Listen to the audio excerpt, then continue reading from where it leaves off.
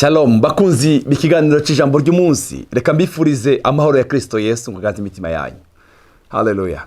Muri abantu beza badasanzwe, uyu ni umunsi umwami yaturemeye. Dawudi yaravuze ngo uyu ni umunsi uhora turemeye ngo tunezererwemo kandi tuwuhimbarirwemo. Reka nkwifurize umunezero. Haleluya. Umunezero ugaza ubuzima bwawe uyu munsi wa none. Ugwanye ikintu cyose cyoza kugutwara umunezero. Ugwanya amajwi yose ya negative azagwaniza ubuzima bwawe. Mwami Yesu akuzuze umunezero n'amahoro. Ndifuza kuganira nawe rino jambo ryanditse mu cete Paulo yandikiye itorero ry'Abakorinto. Igice cya 5 umurongo wa 14. Icete cya 2 igice cya 5 umurongo wa 14. Kuko urukundo rwa Kristo rutugobera. Urukundo rwa Kristo rutugobera. Kandi ico tuzi tudakekeranya. Nuko umwe yapfiriye bose, nuko rero bose barapfuye.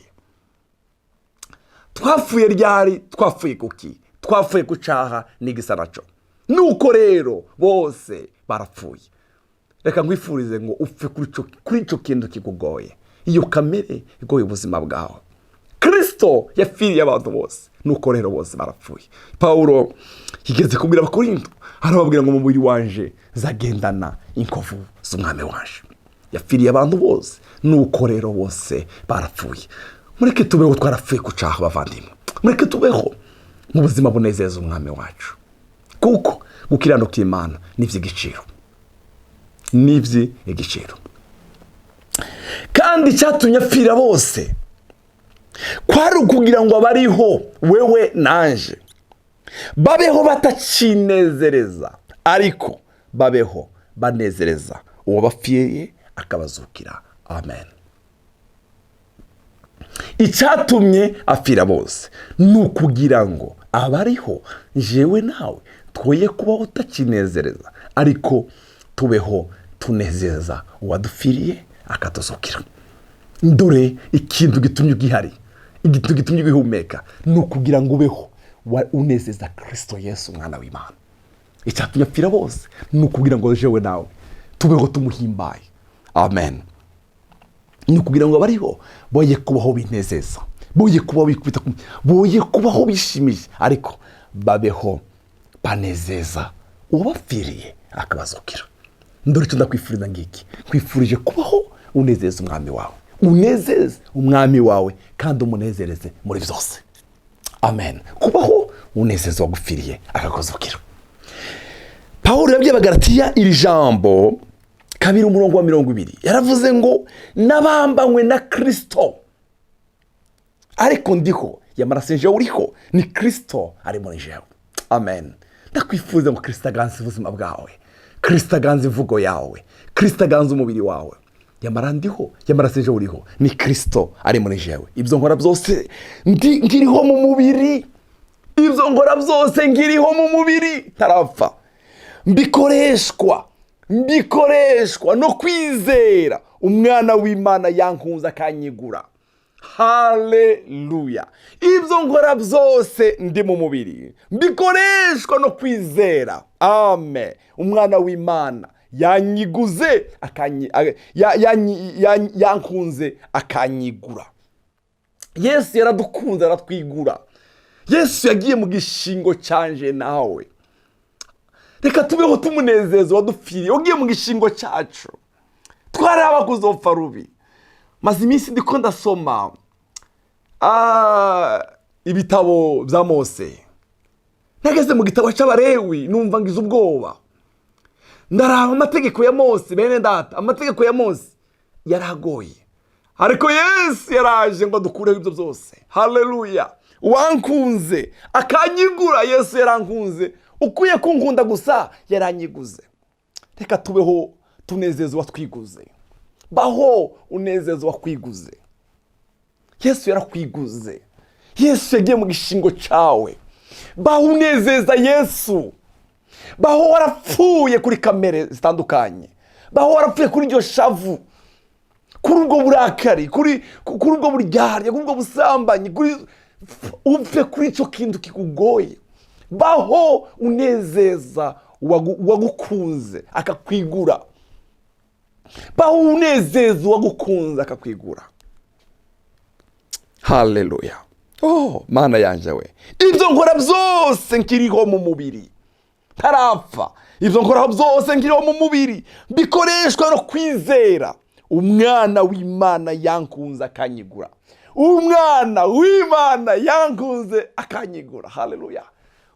Yesu yaradukunze. Icya kabiri, yaratwiguze. Igihe cya 6:14 cyete cy'Abagalatiya, ariko njyewe singirata ikindi atari umusaraba umwami wacu Yesu Kristo. Hariyo abantu birata amafaranga, hariyo abantu birata amazu, hariyo abantu birata imiryango, hariyo abantu birata abakomeye bagendana nabo, hariyo abantu yarabivuze neza. Dawudi aravuga ngo bamwe bizigira imikogote yabo, abandi bizigira amafarasi yabo, abandi bizigira ubwenge bwabo, ngo ariko twebwe ngo tuzokwizigira mu izina ry'Uhoraho Imana yacu. Haleluya.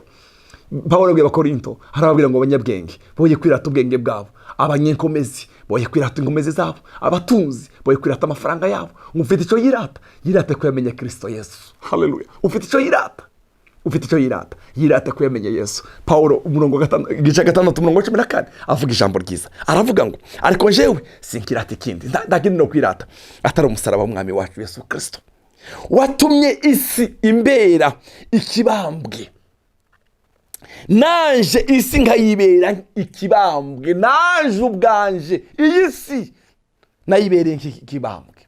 Amen. Haleluya. Nta kindi nirata atari umusaraba w'umwami wacu.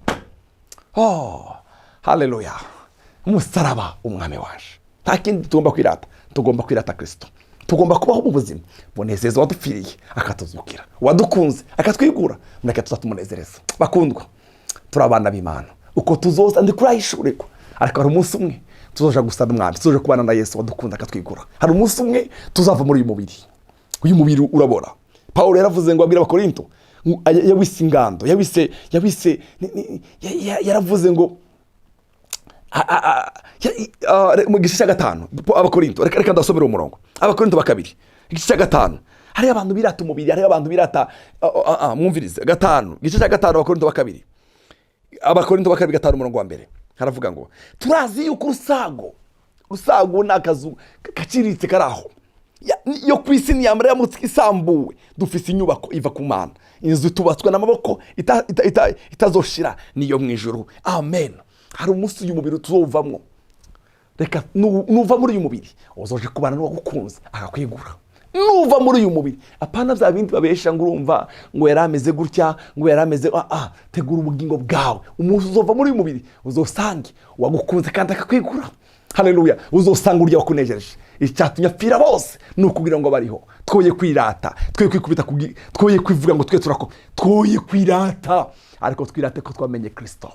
Twoye kubaho twinezeza, ariko tubeho tunezeza wadukunze akatwikura. Haleluya. Bahunezeza umwami, mu majambo uvuga unezeza umwami, mu ndoto zawe unezeza umwami, mu ngendo zawe unezeza umwami, mu myambarire yawe unezeza umwami, mu buzima bwawe unezeza umwami. Nta kindi nirata. Sinirata amashuri.